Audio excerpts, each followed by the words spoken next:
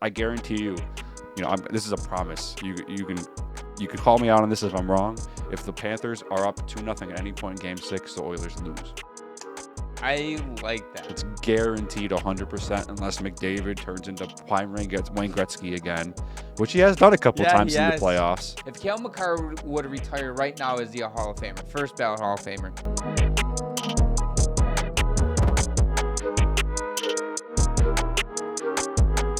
Welcome back to another episode from Checking From Behind. I'm your host, Zach, as always, joined by my co-host, Preston. We are 5 games into the Stanley Cup Finals. The Panthers are up 3-2. They are 1 win away from going back-to-back. They have looked like the much better team than the Oilers. And at this point, it looks like the Oilers, they're in their own heads right now. They don't know who to start a goaltender. We'll get to that in a little bit in the episode.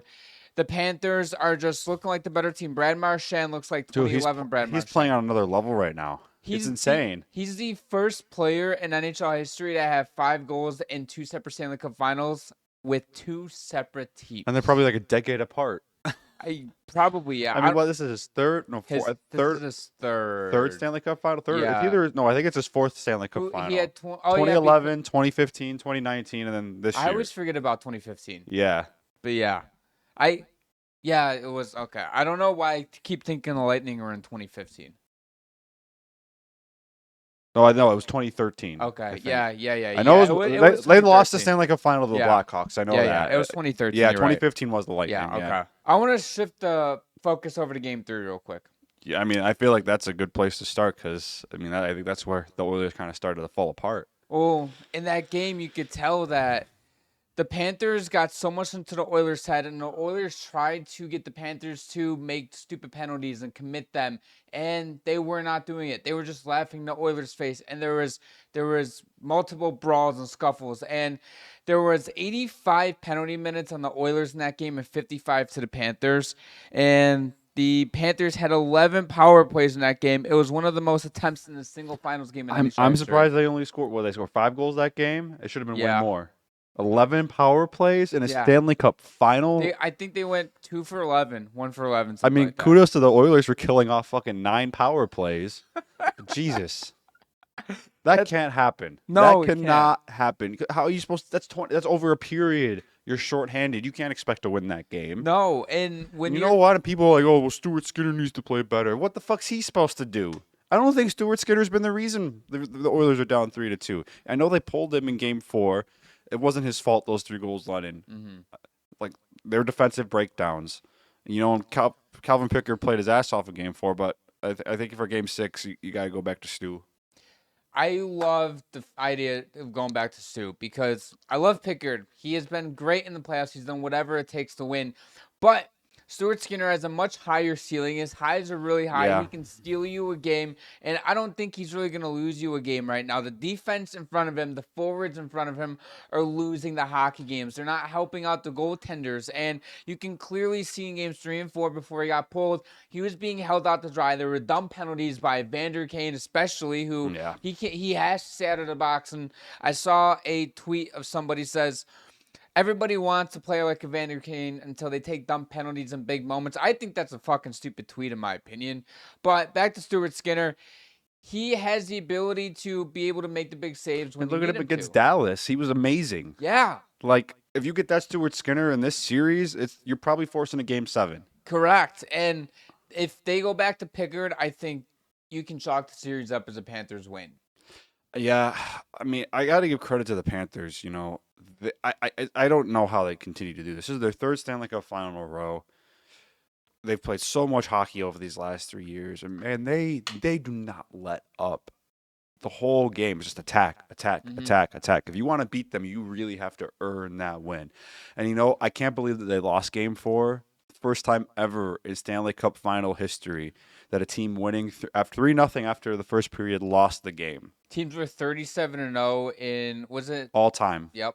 All time since they started the Stanley Cup Final, pretty much. And, that was the only time a team lost in that situation. And especially for the way that Panthers team plays, just completely uncharacteristic. I mean, they kind of just fell apart. Yeah, the Panthers got off to one of the best starts I've seen them get off to in the entire playoff this year. And all of a sudden, at the end of 2 periods, now it's a 3-3 game. And then the Oilers get another one back halfway through the third period, and it's like, holy shit, the Panthers are now up 1. Well, the biggest thing too in this series is you can't let the Panthers build the lead. The Oilers have only scored the first goal in one game this series. That was game 1. You can yesterday when I saw the Panthers went up 2-0, I was like, well, they're not. What happened in game 4 is not happening again. The Panthers are going to win, and yep, they won. Yeah. They won 5-2. You can't let the Panthers get a multiple goal lead, because once they get comfortable with that lead, they're going to start playing a trap, and they're going to just beat the fuck out of you physically, and you're not going to get any chances. They're so suffocating, and every player in that lineup, from the superstars and Barkov and Ryan Hart all the way down to the fourth line, they know their role, and none of them let up. They just play winning hockey, and we've said this for the entire last month and a half that the playoffs have been going on. They get a 1-goal lead. They're not going to give it up easily. And the Oilers have gotten lucky this series by being able to battle back. And I'm sure it's... Well, game 1 was a different story because that was more back and forth. Like, I don't think any team ever had a multiple goal lead in that game. No, it was just... No, actually, I think the Panthers did go up 3-1 in game 1 when the Oilers battled back. But game 2, the Oilers never had a chance. Game 3, Oilers never really were in that game either. And then game 4, they had to have arguably the greatest comeback in Stanley Cup Final history to win that game. And then Draisaitl nets his 4th overtime goal of the playoffs, which is an NHL record, by the way. Oh, I mean, you can't put it on Draisaitl or McDavid. I thought they've both been fine. It's just lack of depth scoring has kind of been an issue for them. And I think their defensive play has not been good this series. I think everything that we've seen through the first 3 rounds, except Draisaitl, Bouchard, Nugent Hopkins, and Draisaitl, has completely disappeared. Well, in game 4, they were even down to 5 defensemen because the Stetcher had such a bad first period. He didn't play the rest of the game. Yeah. I'm surprised he dressed for game 5. He did play. But that's another disadvantage you have there, too, because Bouchard's not really known for his defensive play. Ekholm is your best all-around defenseman. I don't believe John Klingberg played yesterday. I think he's out with an injury. Where he's been amazing for them. He's been a huge loss for them. Yeah. Like, genuinely, when they picked him up in the middle of February, everybody was like, what are you doing? And he's been arguably one of their better defensemen. He's been their most consistent. Yeah, he has been. Yeah. He has been. And game 5, too, Marchand, by the way. Dude, oh my God. Where is he getting this from? Did you see the goal? Well, he split the defense? Yeah. Yeah. Right off the faceoff, this dude's 36, 37 years old. I mean, he looks like a different player since he got to Florida. He's rejuvenated. Seeing him split the defense. He's not even that fast of a player. No, but he just, I don't know. He's shifty, smart. man. He's a smart player. Yeah. I saw Matthew Tkachuk's reaction. The NHL posted it late last night of Tkachuk and the entire bench reaction to Marchand's goal. And holy fuck, would that be every single Panthers fan. That goal is probably one of the better goals I've seen this year. I mean, you're getting to the point now where if I'm an MVP voter, Panthers win the cup, who do you vote for? Do you vote for Sam Bennett or Brad Marchand? I think I vote for Brad Marchand.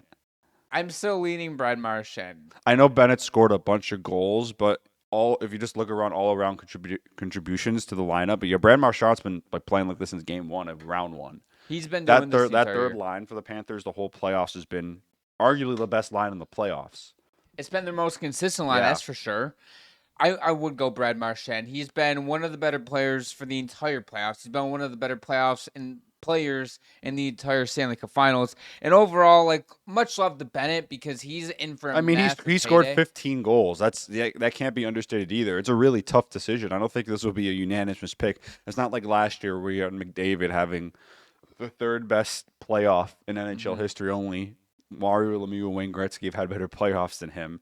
But he even though they lost, he still won MVP. But you couldn't deny him that. But this year's a little bit of a different story. Yeah, it's going to be really close this year. And frankly, I wouldn't be mad if they gave it to either one either. Both are really deserving of it. And coming in, I thought maybe Barkov would have a little bit more of an impact. But he's been too up and down. He's had a couple uncharacteristically bad games. Yeah, and those are the only 2 games that they've lost. Yeah.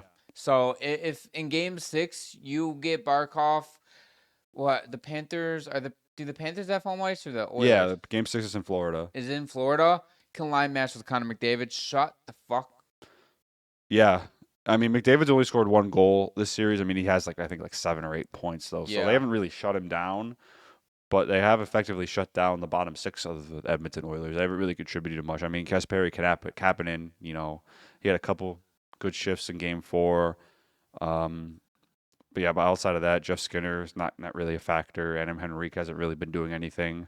Corey Perry's been. Trent Frederick has no goals. Yeah, their entire bottom 6 has not been good. And I think the Panthers coming into the series, we're not going to be able to completely shut down McDavid and Draisaitl. You know what? Actually, let them do their thing. We're going to try to slow them down.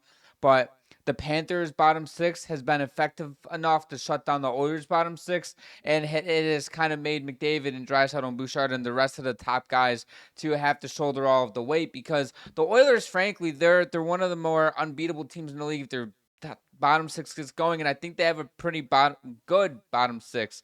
But then you look at the Panthers have been getting contributions throughout the entire lineup, and I think what also makes it more dangerous as a Panther is you're getting contributions from your third line like we brought up, whereas the Oilers aren't. And I think that's where you're getting contributions from your top 3 lines compared to the top 2 is where the difference is right now for the Panthers. Oh, I completely agree with you. Just looking at the stats. So the Panthers have played 22 playoff games. 8 players on their team have over 17 points. 8 players? Anton Lundell, Eetu Luostarinen, Sam Reinhart, Alexander Barkov for Hagee, Brad Marchand, Kachuk, and Sam Bennett. That's ridiculous. The Oilers have 4 players that have more than 15 points, and you can probably guess who those are. McDavid, Bouchard, Draisaitl, and Nugent Hopkins. Yep, because those are the only guys that have been consistent. How many players have more than 10 points? That's a good question. For the Oilers? Yeah. Corey Perry, Evander Kane, and Zach Hyman. And Zach Hyman hasn't played since the conference finals. And then for the Panthers, Evan Rodriguez, Aaron Ekblad, and Nate Schmidt. Are we thinking that Zach Hyman being out is a bigger deal than what? It is a bigger deal. I thought after Game 1, I thought they'd be okay. They miss him. They miss his physicality. He was leading I think he was close to setting a new record. I think he did set a new record for hits in the playoffs. Yeah. He was doing everything for them. He was being super physical. He was contributing on the score sheet. They definitely miss him. That was such a tough blow. Yeah. I didn't think it was going to be that much of a blow. I was like, they can handle it without... I thought I knew it would affect him, but I thought after Game 1 when they won, I thought they'll be okay without him. It still sucks, but they think they'll be okay, and they have no one stepped up to replace him in that lineup. When is Game 6? I think is it Tuesday night. Tuesday? Yeah. Do you have the Panthers capturing the cup, or are we? I think the Panthers win in Game 6, unless Stewart's. I'm assuming the Oilers are going to start getting Stewart's going to in Game 6. I think they should. I think that's the right decision to make. Honestly, I know Kevin Pickard kind of carried you through the second round. I mean, he's kind of similar to last year in the playoffs, where Pickard came in, kind of helped the team get back on track. I know Stuart Skinner has been up and down, but like you said earlier, like his highs are so much higher than Calvin Pickard's, and the Oilers just need to play better defense. I think the Oilers can force a Game 7. They have to come out of the gates ready to go in Game 6. They cannot sit back. They cannot afford to go down 2-0 or 3-0 again. Because I guarantee you, this is a promise. You can call me out on this if I'm wrong. If the Panthers are up 2-0 at any point in Game 6, the Oilers lose. I like that. It's guaranteed 100% unless McDavid turns into prime Wayne Gretzky again, which he has done a couple times in the playoffs. But Game 1 against the Kings, he was insane. He literally almost dragged his team back to a victory, and he's good enough to do that. So is Leon Draisaitl. But yeah, you can't go down 2-0 against the Panthers and expect to win the game. You have to be the aggressor. Your backs are up against the wall. You cannot. And you got to be disciplined. They've had all penalty issues too. This is the most amount of penalties I can recall ever seeing in a Stanley Cup Final. Normally they put their whistles away and let them play, but Edmonton's doing stupid, obvious stuff that they have to call. This isn't like some ticky-tacky shit. This is blatant high sticks, blatant trips, blatant fucking cross lazy, undisciplined penalties. And I don't care if your penalty kill has been decent. If you give a team 11 power plays in a game, they're going to score at least a couple. And you're going to lose. Yeah. Because you're spending a whole period of the game shorthanded. Yes. You have to stop it. And yes, I agree. I think the Panthers do come out on top. And this sucks because I picked against the Oilers every single year. It was your fault. As soon as you picked the Oilers at 6, I was like, I think you said Oilers in 7. Oilers in 7. I was like, they're fucking losing then. I'm still praying that the Oilers can pull off back-to-back. But Go back to being a hater, man. The Oilers Yeah. were playing better when you were a hater. exactly, it's going to a Game 7 now because I picked the Panthers. Now the Panthers are going to win because I just... No, and now you're trying to do a reverse jinx. It doesn't work like that. Quick timeout before we get back to the episode, you beauties. As someone like myself who's into fitness and needs a little bit of an extra boost before a lift, or maybe I need just a little bit of energy before my next hockey game, and even when doing pod stuff to bring you guys the best content possible, W always has me covered. Whether you need it to stay awake at work or need a little bit of a jolt to get you through the day, W will always provide you that spark you need. There's no sugar, no crash, no artificial flavors or artificial dyes, just flavored caffeine. 150 milligrams of caffeine and one serving, which is equivalent to 2 cups of coffee. Make sure to head over to w.gg and use code CFBPOD for 10% off any order. I'm loyal to the Oilers still. I love to believe in the Oilers, but just from what I've seen out of this Panthers team, they're up and down the roster. They're so well disciplined. Everyone plays their part. Everyone knows their role. They don't really make many mistakes. And you have Sergei Bobrovsky in there who's just steady as they come, and he can make a big save when you need him to. He's only really been weak up high, but the Oilers haven't had really enough good chances to even get into a situation where they can score, have a good scoring chance to get the puck up high. Been so suffocated. Yeah. So, I mean, congratulations maybe early to the Florida Panthers. Are we streaming that game on Tuesday? Do you want to? I think we could try. Yeah, okay. Yeah, I think that'd be fun to do. Yeah, I mean, we'll be streaming. Stanley Cup will be in the building. If not, if there's a Game 7, I think we should definitely stream that. For sure. So we have some award news to go over. Some of the more major awards we I think have. all the major awards. Yeah, the Norris, the Hart, and the Calder Trophy have all been announced. The winners have been announced. Let's start with the Norris Trophy. Cale Makar wins the Norris Trophy. He ends up coming in front of Zach Werenski, who got second. Quinn Hughes, who got third. Kind of no surprise there. Cale Makar wins his second Norris Trophy, and this thought came right in my head the second I saw the news. If Cale Makar would retire right now, is he a Hall of Famer? First ballot Hall of Famer? Arguably. I think he still needs to do a little bit more. I think he needs to get some more games. I mean, he's already won a Stanley Cup. He's won a Conn Smythe. He's won 2 Norris. I think he's capable of being a league MVP eventually as well. I think he's that good. I would say 50-50 right now, first ballot Hall of Famer. I think he just needs some more years, but I think he would be. I think he would be in the Hall of Fame. I don't know necessarily first ballot. But. I mean, yeah, like 400 games played right now. He has 420 points. He's coming off a 30-goal season, which has been done 18 times in NHL history by 11 defensemen. I think when he's done playing, though, I think he'll probably have 4 or 5 Norris trophies. I'm not even joking. Yeah, 4 or 5 Norris trophies. I think he'll eventually get another cup. He's that good. Yeah. Whether it's with the as long as he was playing with, he's never leaving Colorado. Colorado would be insane to let him go. Yeah. Cale Makar is like can do everything. I might sound crazy. He's like a modern day Nick Lidstrom who could also score. No, he is. I mean, I think. You were arguing with me about this all year, but I think Makar is hands down the best defenseman in the league. I'll still take Quinn Hughes. Quinn Hughes could have made the vote a little more competitive this year if he didn't get hurt. Yeah, fucking glass piece of shit. But I think Cale Makar, but that's been another issue for Quinn Hughes, like a little bit throughout his career, his injuries. Cale Makar never really misses time. No, he doesn't. He takes care of his body, and he's a huge difference maker, and I think he's the best defenseman in the league. There is a clip that has been resurfacing about McKinnon talking about Cale Makar, and this was back when they first drafted Cale Makar, and McKinnon's like, why the fuck did we just draft this dude out of, like, it was like I don't even know where he got drafted, but it was like right before he went and played a year in college, and McKinnon's like, this dude's all right, whatever, like, not even being sarcastic, like, he didn't think Cale Makar was, like, that great of a player, and then he watched him in World Juniors that following December, he's like, holy fuck, this dude is good. And after his rookie year, when he won the Calder, correct? I think so. He did win the Calder. McKinnon's like, this dude might already be a top 5 defenseman in the league. And at some points in that 2022 playoff run, when he came straight from college to the playoffs, McKinnon was like, he was their best player. He did win the Calder his rookie year. Yeah. 50 points, 57 games as a defenseman. Holy fuck. In his rookie year is crazy. Yeah, as a defenseman. Right. And McKinnon, at some points in that playoffs, was like, he's the best player on the team. Yeah. Coming out of college in the playoffs on their cup run. That's ridiculous. That's why he won the Conn Smythe. Yeah, that he is on track to be a top 3 defenseman of all time, in my opinion. Right now. Unless Cale Makar takes a team-friendly deal, and I think next year's the last year of his contract. Yeah. He's going to set a new standard for what an elite defenseman makes in the NHL. He's going to be the highest paid player. He's going to break the bank. He's going to be the highest paid defenseman in the league, and won't be close.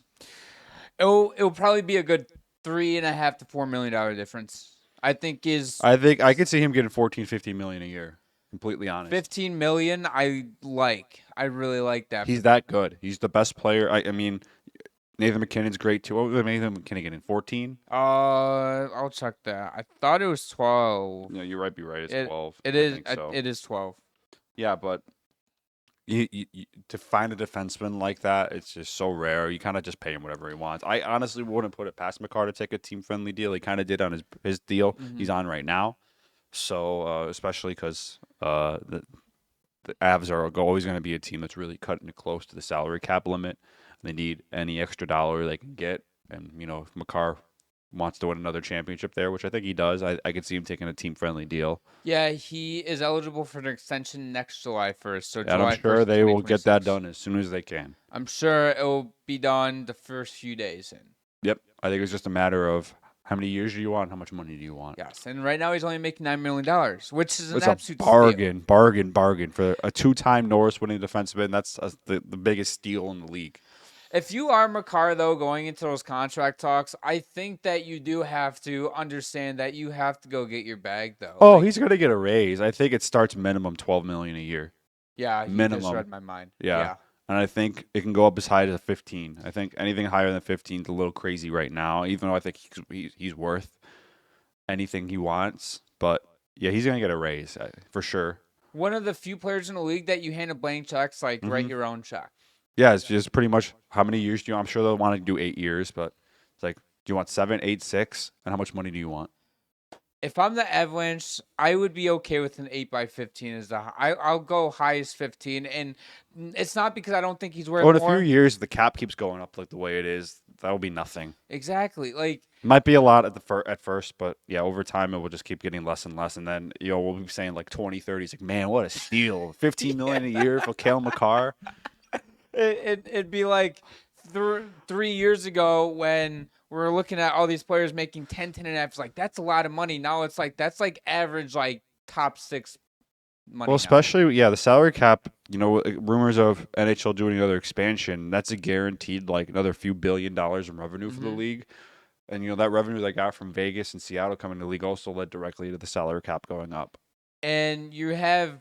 I actually want to get into this later, talking about Atlanta and everything, but I'm excited for Atlanta to possibly be back in the league for a third time. I think if they have like actual ownership that cares, I think they can be successful. That was Atlanta's problem the last time they had a team, is the ownership group did not want a hockey team. Nope. And eventually they folded because they weren't making any money. No, they didn't fold. They relocated, but basically the same fucking thing at this point.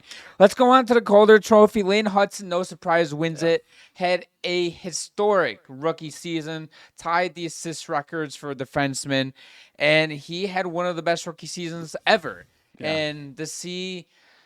I don't think it was really, I guess, a question if Dustin Wolf or Macklin Celebrini were going to end up winning it. Maybe Celebrini because it's like first overall pick. He had a good rookie year. He did. I thought that the other two were deserving of it too. But you could make an argument because, Dustin Wolf, if he wasn't playing the way he was, Calgary's not even in playoff contention. And, they almost did make the playoffs. And then Celebrini's on the worst team in the league and still had a rookie year that he had was really impressive with no help around him, really. Yeah. Overall, he ended up helping the Canadiens clinch the playoff berth. And seeing what Lane Hutson did as a defenseman, he had kind of a rougher start to the season as far as I can remember. He was turning the puck over a little bit. He kind of looked lost out there. Normal stuff. Rookie defenseman, that's normal. And then after the first month or so, he got comfortable. He was able to make plays. He was confident. He wasn't scared to make turnovers. Power play merchant. He wasn't forcing plays. He just looked like he's been in the league the last few years. Oh, yeah. And I was very impressed by his poise. His poise, his effectiveness with the puck, without the puck, and his defense really didn't start to take the next step until halfway through the season. And then when we saw his defensive game start to improve a lot, that's when it's like, holy shit, this dude is a legitimate franchise defenseman. And of course, I think he can have a similar, you know, what's the word? Trajectory as maybe like a Cale Makar. He had a better rookie season than Cale Makar. I think he still needs to work on his defensive game a little bit. I think right now he's a pure offensive defenseman. I think he could work on his all-around game anymore, and I think if he can get better defensively, I can see him being like a Norris candidate year in, year out. This came to the top of my head. The trajectory that he's on right now, you just mentioned Cale Makar, but you also mentioned his defensive game lacks. This is not a shot at a player I'm about to name. His trajectory right now, would you put him closer to a Cale Makar or an Evan Bouchard? That's a good question. I mean, Evan Bouchard didn't come out of the gate swinging like Lane Hudson did. I mean, the thing with Evan Bouchard, though, is like he kind of takes it to another level in the playoffs. I don't know. I would say right now, just based on, you know, he won the Calder.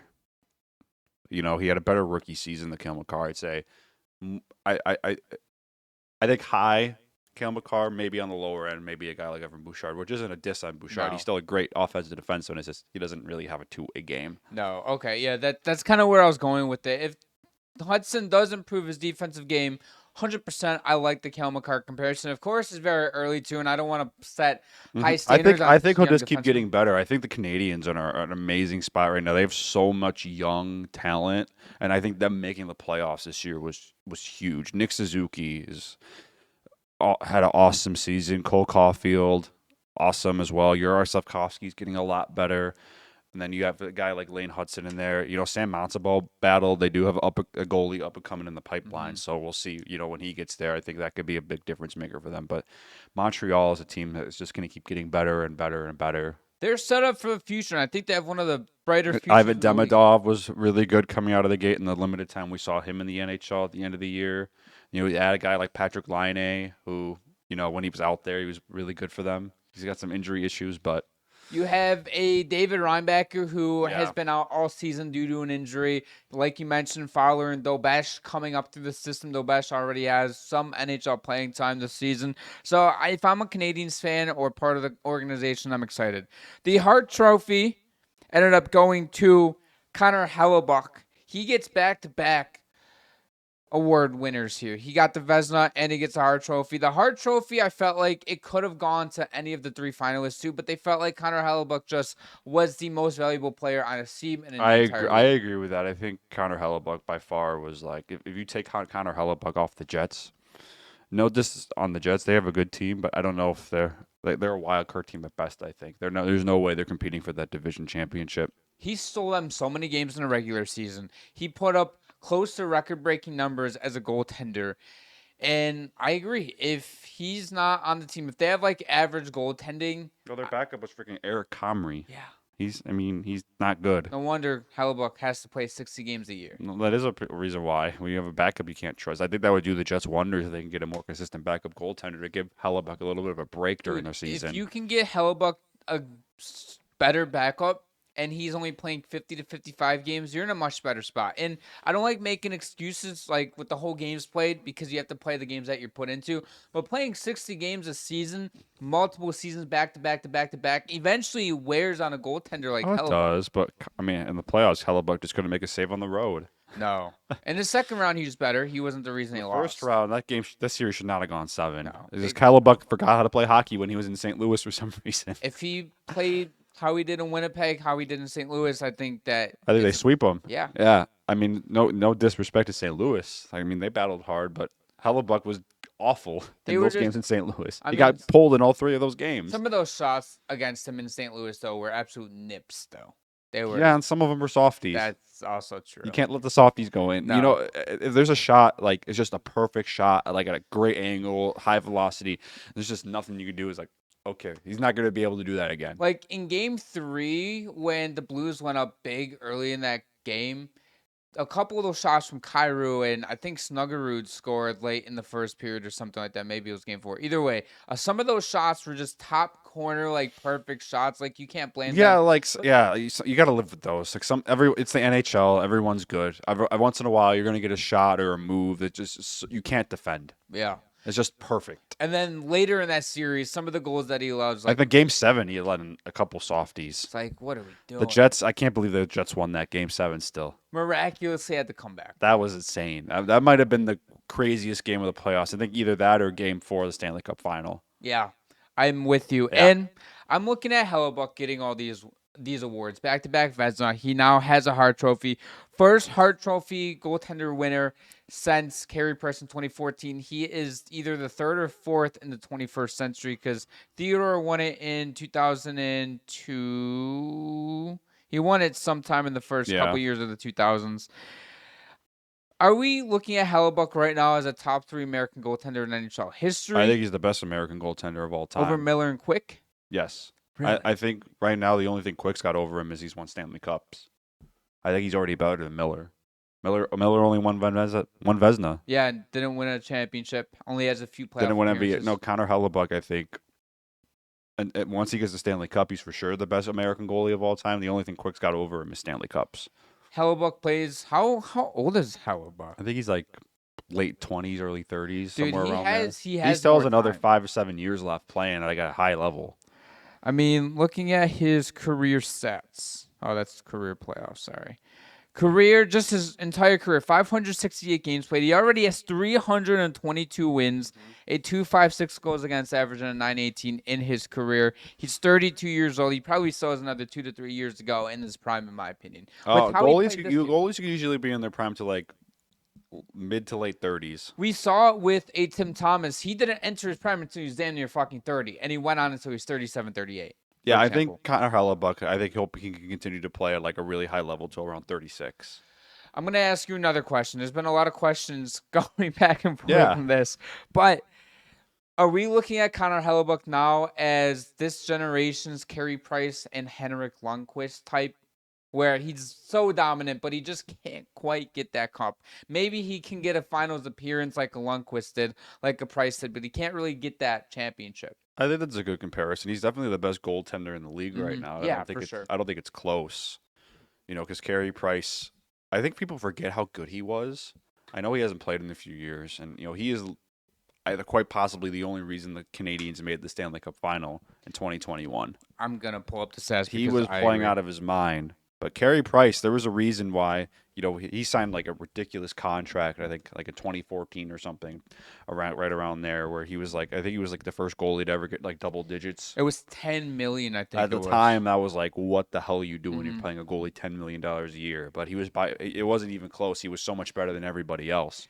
These are Carey Price's career stats: 712 games played, 361 wins, 49 shutouts, 2.51 goals against, and a 9.17 save percentage. And going to that 2020 playoff run, he was I agree, he was the reason that they ended up just getting to the finals because he ended up having, was it 2019-20? 2021. 2021.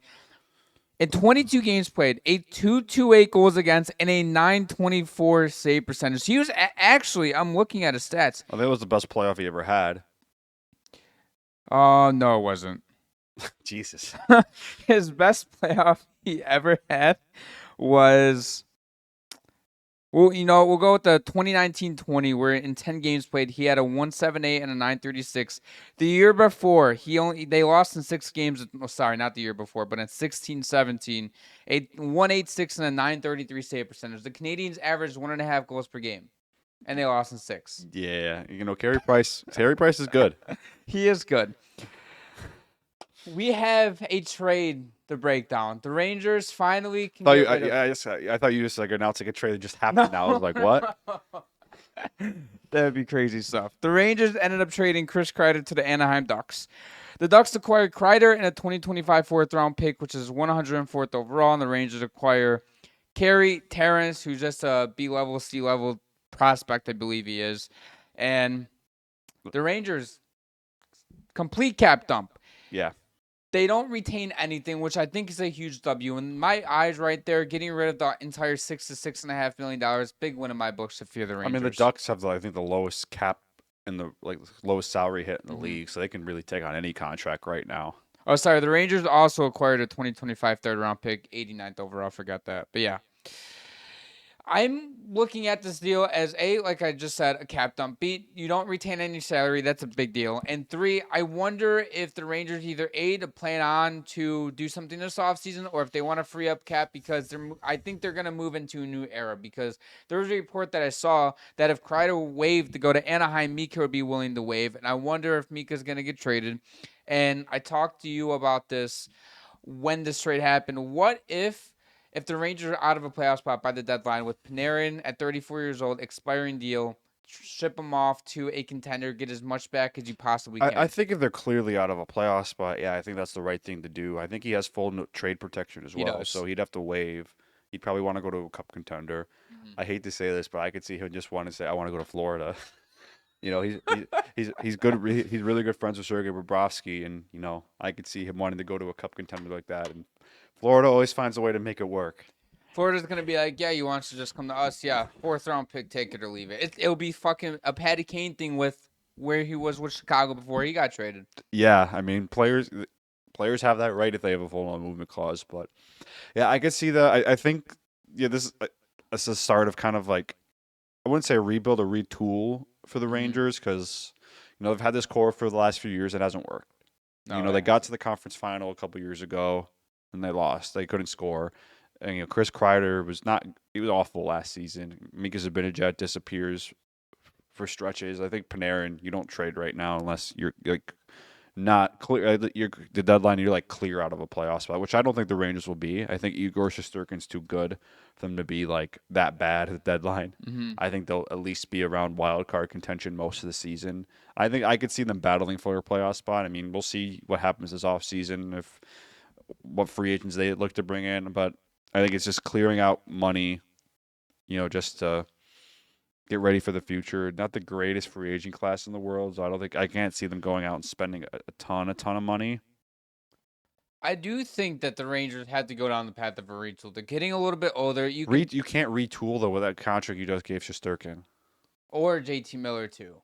Yeah, that trade was stupid. I still don't know why they traded for JT Miller. They would be in a much better spot if they didn't trade for JT Miller. I mean, he's better at this point right now than he is in like Chris Kreider or Mika Zibanejad, but a long-term deal on an older player, I just don't get it. He's making $8 million until the end of 29-30.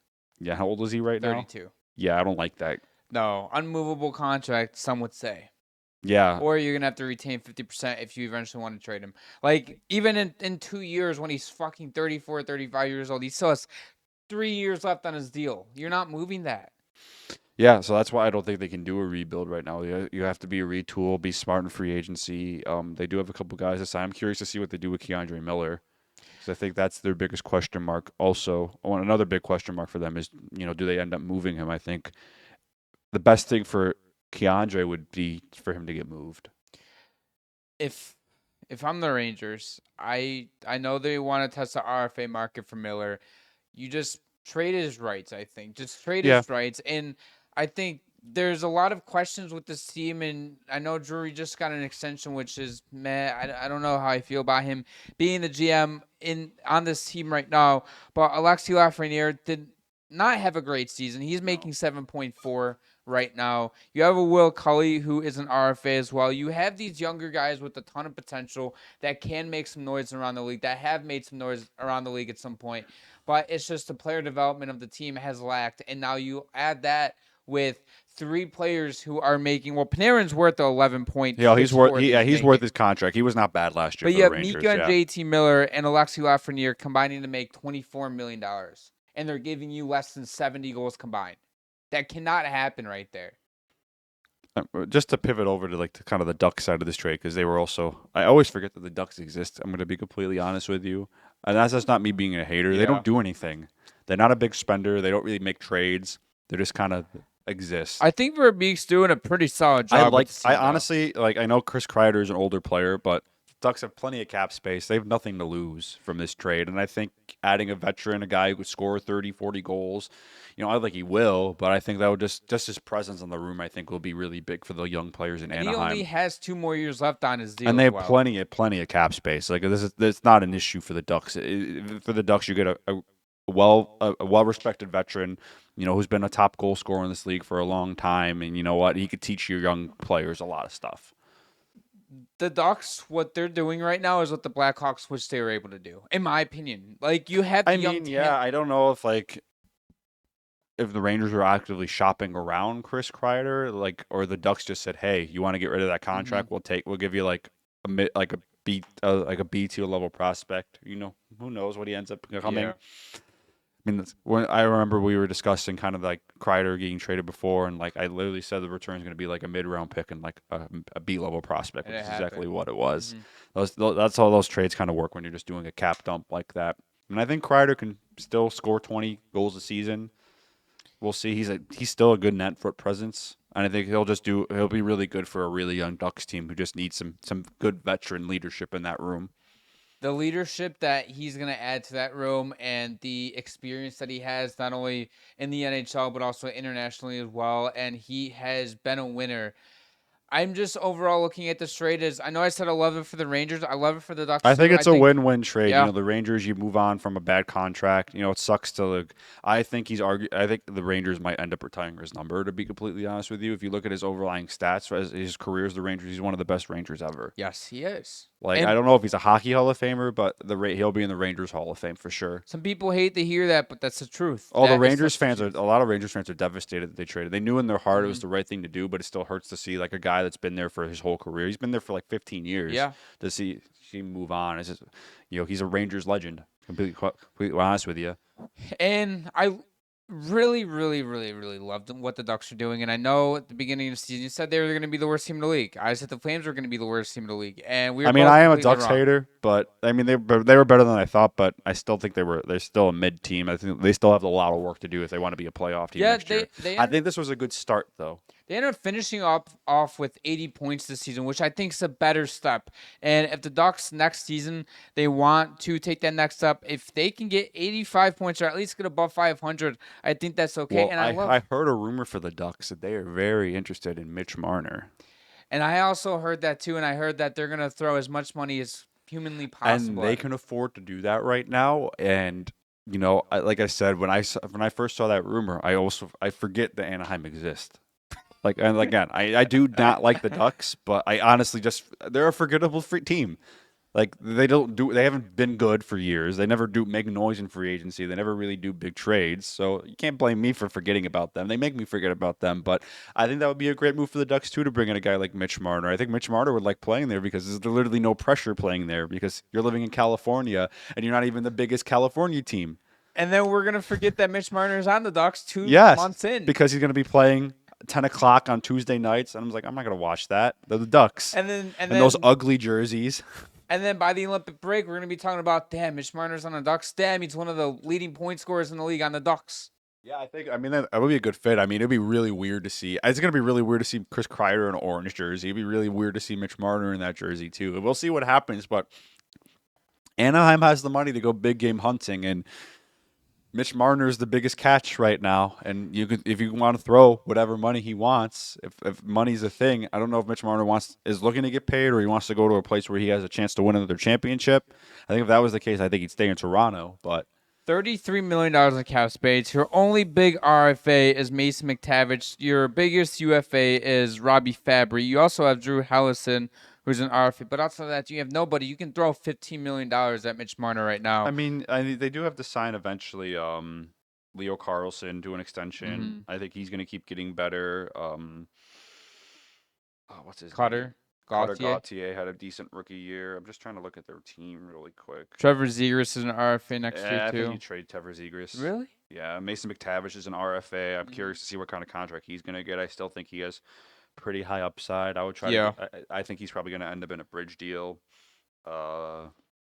Yeah, it's going to be interesting to see. They have Pavel Mintyukov. I probably said his name wrong. He's a good young defenseman. They still have John Gibson.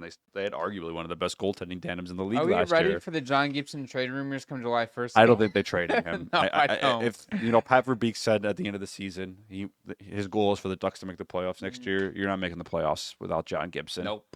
You're not. I think I'd give it another year with a tandem of Dahlstrom and Gibson at least. Yep. Dahlstrom had a phenomenal season, but I don't think Dahlstrom was ready to take on a 55-game season yet. How many? Actually, I'm kind of curious how many games he played this year now. He played 54 games. 54. Okay, so John Gibson did miss time with injury. Okay. But on that pretty bad Ducks team was 23, 23, and 7, 310 goals against, and 903 save percentage, which is not bad for a team that bad. No, it's not. He had a phenomenal start to the year. I remember at one point, like a month and a half, he was in not trade considerations. Fuck. Sorry, thinking of John Gibson. John Gibson's in trade rooms every year. Yeah, he is. Lucas also was in part of a Vezina consideration to start the year. He started that hot. Let's get into a little bit of more mulling news, I guess. TJ Oshie, he finally announced his retirement after being gone from the league for the last 2 years. What a career he had, and he's not a Hall of Famer, but he's in the Hall of Good, and he's a player that a team would love to be in the middle six on that second line. Well, I think a really good thing, like, because when he announced his retirement, our group chat with Chris, Chris was like, I didn't realize he had that many points. A lot of people forget like how consistent of a player he was. His problem was he was just so physical. He just had so many big injuries, and he never really really played full seasons. But he was so good for the Capitals. They don't win a Stanley Cup without him. And you can hold me on this. I think the Capitals are going to retire his number. I think he was that good for them. Mm-hmm. He's a big part of their first Stanley Cup championship ever, their only Stanley Cup championship. And he was just important to that team as Ovi and Backstrom were. So we're looking at one day, Ovechkin, Backstrom, and Oshie's numbers all. I think they already, didn't they already? No, they can't retire Backstrom's number yet because I don't think he's technically retired yet. Yeah. But yeah, no, they're going to build an Ovi a statue, obviously. Yeah, he's going to get one. Yeah. I'd make an argument maybe you just retire 8 around the league, but Fuck it. The best goal scorer of all time. But yeah, they're definitely retiring Backstrom and Ovi's number for sure. Not even a question. But TJ Oshie, even though the last 4 to 5 years he battled a lot of injuries, like you said, he played through them. Yeah, he did. He was a vital part into Washington's not only cup run but also all of their playoff appearances as well. And funny enough, he played one more season on the Capitals and the Blues, which is crazy because when I think of the early 2010s Blues, I think of a TJ Oshie, a David Backes, a Vladimir Tarasenko, and a bunch of these other guys. And then Oshie gets shipped off to St. Louis, and then he helps them win a cup almost immediately. Yeah, he was really good right off the bat. He had the 2 or 3 best years of his career with the Capitals. But the one thing I always think of TJ Oshie for is that legendary performance he gave in the 2014 Olympics against Russia in that shootout where he won the game for Team USA. I mean, I think that was one of the best moments in hockey history. Like. That's what I always think about when I think of TJ Oshie. I think that's a second best moment in hockey history. The only one being first is, I think, the Miracle on Ice. Yeah, I don't think you could top that. No. I mean, I get chills just when I think about that sometimes. Just the circumstance, when you think of the history behind that whole situation. If you haven't watched the movie Miracle, do yourself a favor. Really good movie version of the Miracle on Ice. It was a bunch of young kids beat the best team in the world. That might be one of the best movies I've ever watched. I mean, if you're a hockey fan, you need to watch that movie. Yeah, and TJ Oshie in that shootout just going back to back to back. He put Team USA on he put the whole country on his back. And he just kept beating Bobrovsky. He kept doing the same move. Yeah. But there's one more thing I want to add, because when I said, like, I was like, oh, they might retire his number, people were like, retire his number? They only do that for like legends. Like, well, you have to think of it too as like a franchise legend, because that's you're not retiring a number across the league. It's just for that organization. And there's plenty of teams that have retired lesser players' numbers. Like, I think a great example is the Ottawa Senators retired Chris Neal's number. Why? He was a goon, but he meant a lot to the organization. Yeah, and he meant a lot to the fans. And he put his heart out there during those Ottawa Senators teams that made a deep playoff run year after year after year. He wasn't scoring a bunch of goals, but he probably had a lot of penalty minutes. But the team, he was a big part of the team, and the fans loved him, and the Ottawa considers him a franchise legend because of that. And I think if you look at what TJ Oshie contributed to the Capitals, he's definitely a franchise legend because he's a really big part of why the Capitals won a Stanley Cup. I want to check his stats in there. He was almost a point per game player in that Stanley Cup run for them. Yeah, he was. Yeah. In 106 career playoff games, he did have 69 points. Yeah. TJ Oshie's always his biggest issue was just lingering injuries. He was always battling through something. Just give it that. He was a pure power forward. Yeah, he put up 20-plus points in 24 games in that playoff run. Yeah, he was instrumental. They don't win the Stanley Cup without him. No, playing 17, 18 minutes a night, playing in every situation. When they needed a goal, he was out there. When they were up by one, the other team pulled their goalie, he was out there. Like, he was out there for every situation, and I kind of want to agree with retiring the jersey. And I think it's inevitable. I think they will. I honestly think you can make an argument for maybe John Carlson too for the Capitals. Mm-hmm. But I mean, obviously they're retiring Ovi and Backstrom's number without a doubt. I mean, those are both Hall of Fame players. But some of the best players. Well, Ovi is the best player in Capitals history. Backstrom is one of the best in Capitals history. But dude, Backstrom, oh my God, have you ever seen some of the passes he gave out? You should go look up like a highlight reel of just Backstrom's passes. I saw one in person. It's the glass seats of the Sabres Capitals game, and there was like 3 guys between him and Ovi. He just sauced it over everybody's stick, and it landed perfectly right on the tape. Like, it landed on the ice right before it got to Ovi's tape, and he just tapped it in. Top 3 playmaker of all time. Oh my God, he was so good at his backhand sauce pass. He was so smooth. He was ridiculous. You just watch a reel of just his passes. He was unreal. He had literally eyes in the back of his head. He knew where everybody was on the ice at all times. And then when he would pass the puck, it looked effortless. It was majestical. Always perfect. Always perfect. If you would, of every single one of his passes he made, if it was in slow-mo, it'd be a perfect saucer. He's insane. I don't think Ovi breaks the goal record without him. I'm pretty sure Backstrom had assisted on like 500 Ovi's goals or something crazy. Wouldn't surprise me. It's definitely over 450. Yeah, it is. Yeah, for sure. Backstrom and Ovi, easy retirees. They'll both be in the Hall of Fame. But TJ Oshie, I think they not right away. Probably in a few years they'll retire his number. Yeah, he's definitely a Capitals Hall of Fame player, not a hockey Hall of Fame player. He's in the Hall of Very Good. Yes. He is not going to be a hockey Hall of Famer. And I want to preface that. And that isn't a slight against Oshie, but I look at the Hockey Hall of Fame as the best of the best. And I don't think Oshie was the best of the best. My always thing with like any kind of Hall of Fame, whether it be like a franchise Hall of Fame or like a hockey Hall of Fame, is can you tell the story of the game of hockey without mentioning that player's name? I think you can. Well, outside of that Olympic moment in 2014, obviously that's going to be talked about forever. Mm-hmm. But outside of that, career-wise, like in the NHL, I don't think Oshie's a huge part of hockey history. Like Ovechkin, like you can't tell a story of hockey without mentioning Ovechkin's name, but you can't tell the story of the Washington Capitals without mentioning TJ Oshie. That is correct, and that is why they'll retire his jersey. Yep. I like that. Maybe I'll start going by that. And because you have to remember, it's per franchise, not overall league-wide impact. It's franchise impact. And every team has a couple players where you look at them and like, they retired that guy's number. But then when you go and talk to the fans, you're like, oh, I fucking loved him.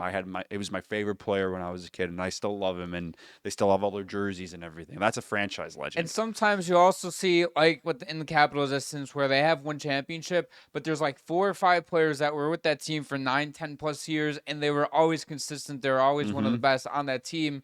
And you talk to their fans, like you said, it's like he was a vital part of the 2018 Capitals Cup run. And then when the Capitals like, yeah, we're gonna retire his jersey on this day or this season, whatever, and NHL fans are like, why? He was just like a 50-point player. It's like, well, his contributions to the team and the organization was heartfelt, and it was more impactful than what a lot of great example is the LA Kings and Dustin Brown. Yes.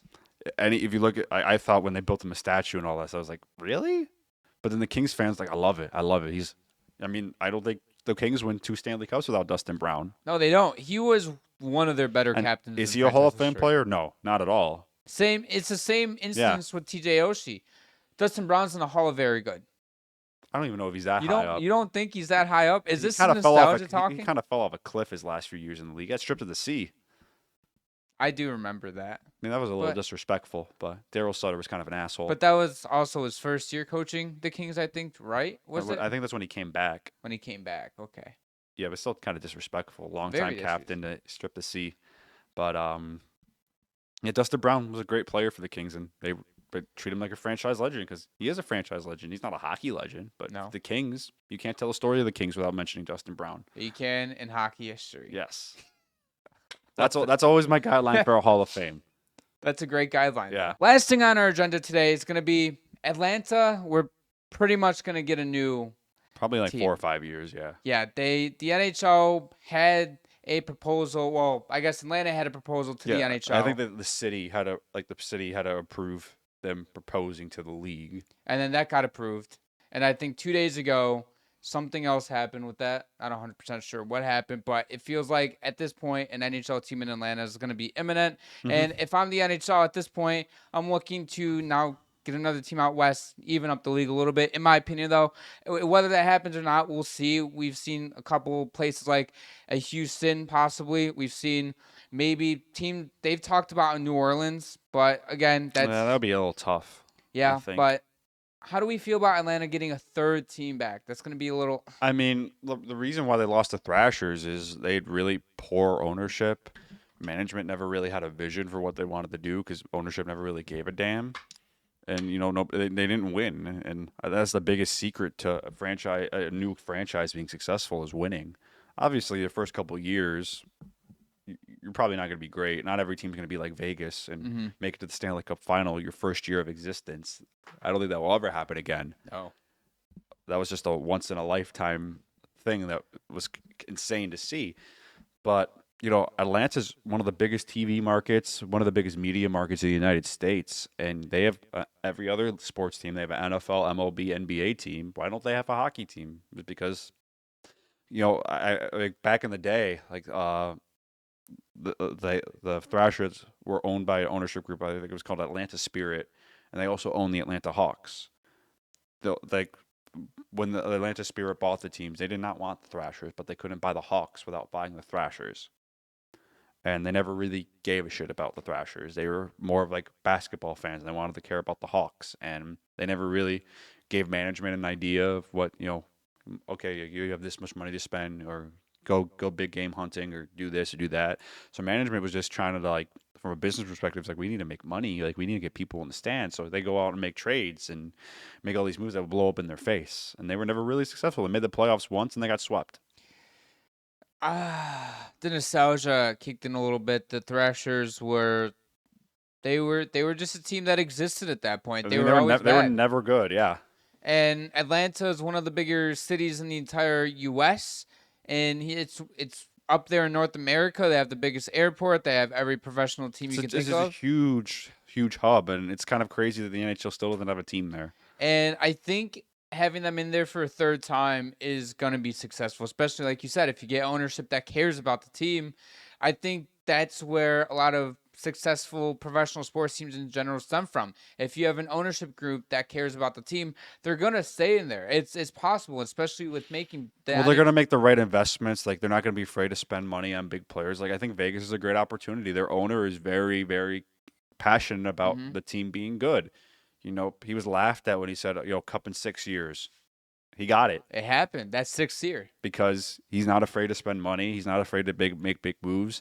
And he's not afraid to move on from a guy that he likes. Unfortunately, it's a business. And, Vegas runs it like a business. But they're good. They're good every year. That's how you have to think of it. Vegas is a perfect example. It is a business. If there's a player that you see starting to slowly decline, even though he might be your favorite player on the team, listen, it's a business. We're going to have to ship you off. They shipped off Max Pacioretty for nothing. They shipped off Marc-Andre Fleury for nothing. Cold-hearted moves. You can't even give the player a heads up. But they don't care. They do what they need to do. Fleury got shipped off after he won the Vezina Trophy too. That same offseason. I can't believe they didn't even give him a head. He found it on Twitter. Yeah. It was like, hey, we just won the Vezina last year. We went to the conference final. We're trading you to the worst team in the league. Good luck.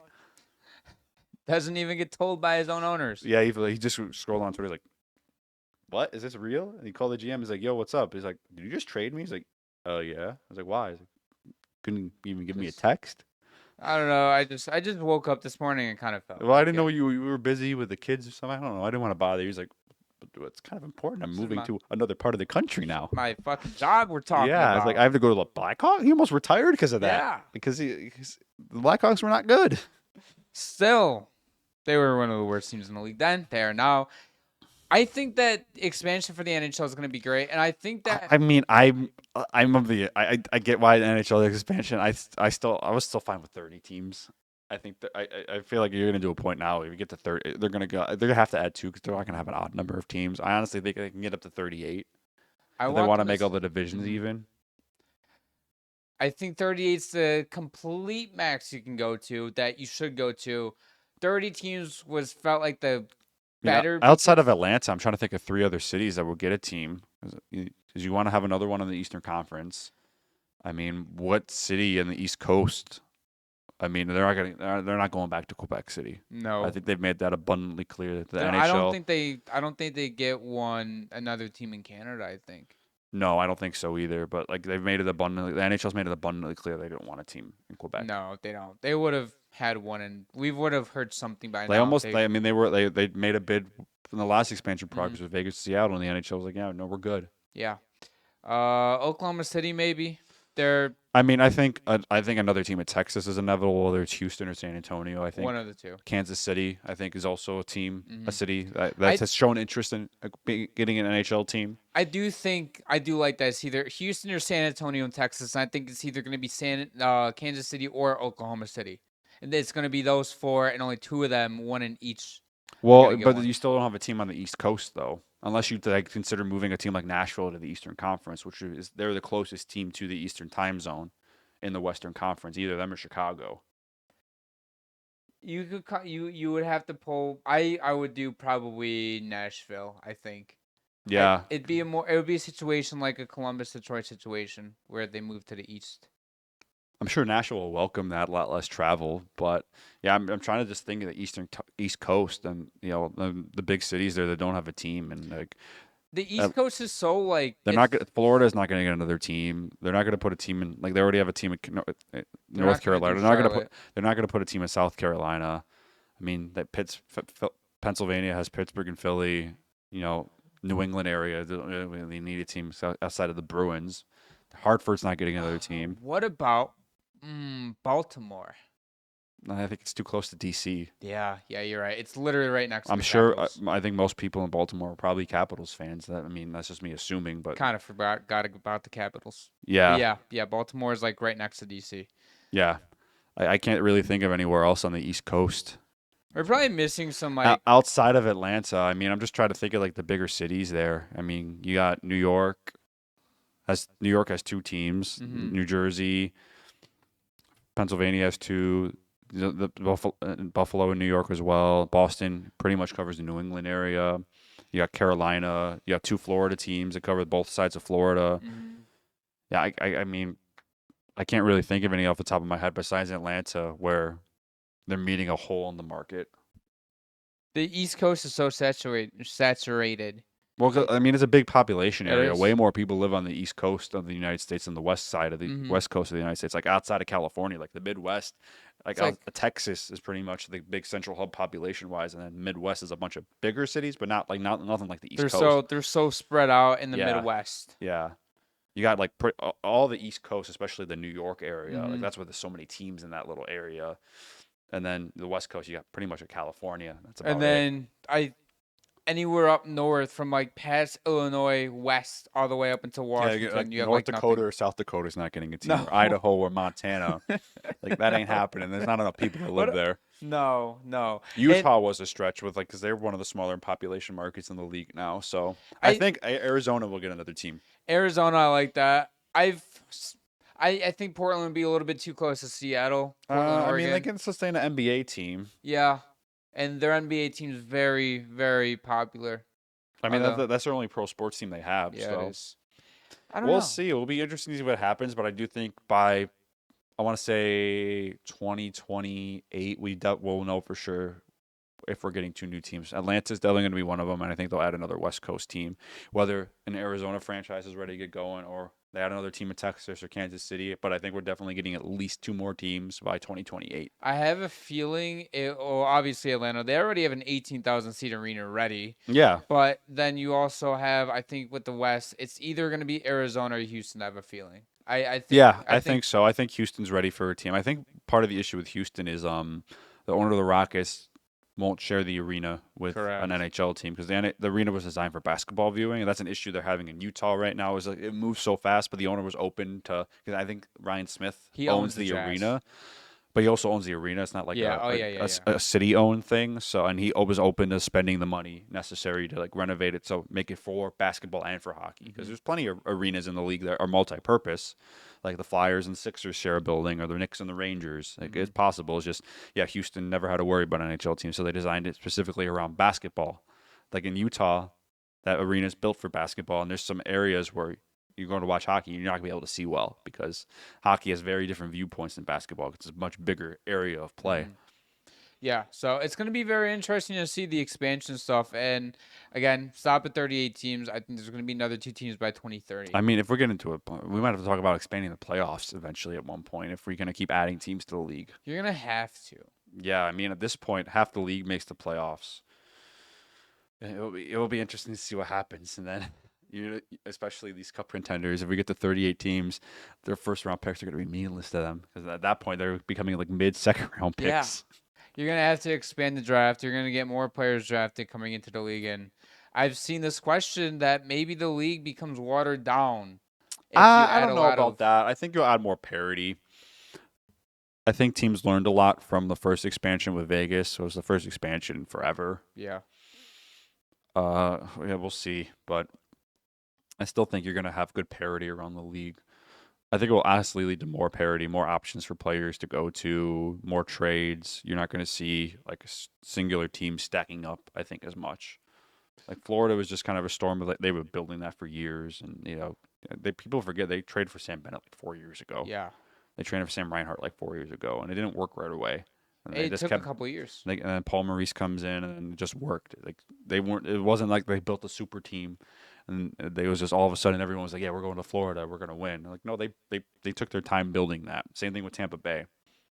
A lot of these teams, it takes time to build. And and people were like, "Oh, it's Florida, like no income tax and beautiful weather." It's like, yeah, I mean that plays a part in it, but they still traded for a lot of these guys. It's not like they signed them. It's the same thing like what's been going on with most of the California teams, like the Ducks, San Jose. It's like, yeah, it's California, but also A, they have shitload of taxes, but B, it's just even though it's nice weather, the team sucks. So why would we want to go there?